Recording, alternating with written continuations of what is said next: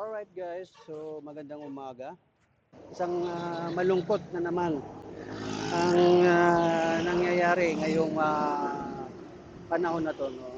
Isang movie rider na naman ang nawalan ng buhay. Dahil isa siyang tatay na, no? Dahil mayroon siyang anak na maliit pa.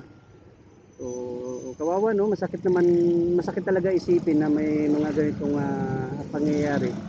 Lalo na sa ating mga MC taxi rider. Isa na rin tayo sa natatakot at kinakabahan tuwing bumabiyahe tayo. Kasi syempre, hindi mawala sa isip natin yung mga ganung pangyayari, di ba? Kaya hanggat maaari, ang ganitong mga pagkakataon, no, na sana wag naman, di ba?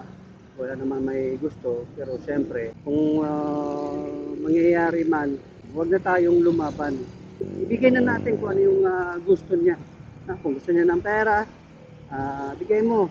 Gusto niya ng motor, ibigay mo rin. Mga bagay-bagay dito sa mundo, katulad ng mga pera, motorsiklo, nabibili natin ulit yan, kikitain natin ulit yan, pero yung buhay natin ay isa lang. So, iingatan natin ang buhay natin. So, huwag na tayong pumalag, ibigay na lang natin. Pero kung may pagkakataon naman na kaya mong i-defend sa sarili mo,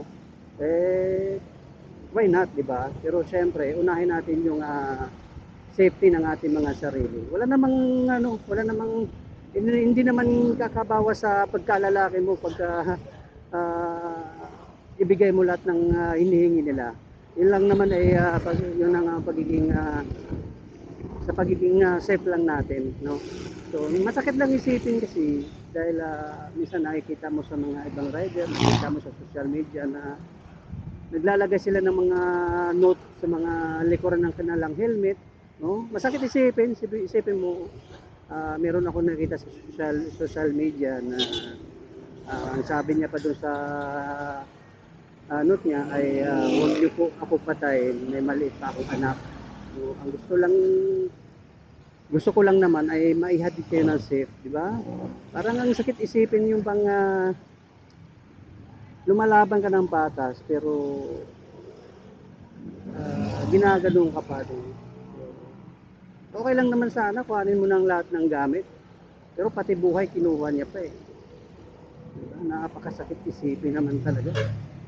Alright, kaya sa lahat ng mga bumabiyahe, lalo na sa gabi, ay doble ingat tayo guys. No? Doble talaga ingat tayo. Busisiin natin na maigi yung mga pasahero natin, no? Iwasan na rin natin yung mga lugar kung saan talamak yung mga ganitong pangyayari. Alright, so ride safe sa lahat. Ang magandang gawin ay magdasal muna bago bumiyahe. Dahil para gagabayan tayo ng ating Panginoon. Alright, so God bless guys. So ride safe lahat.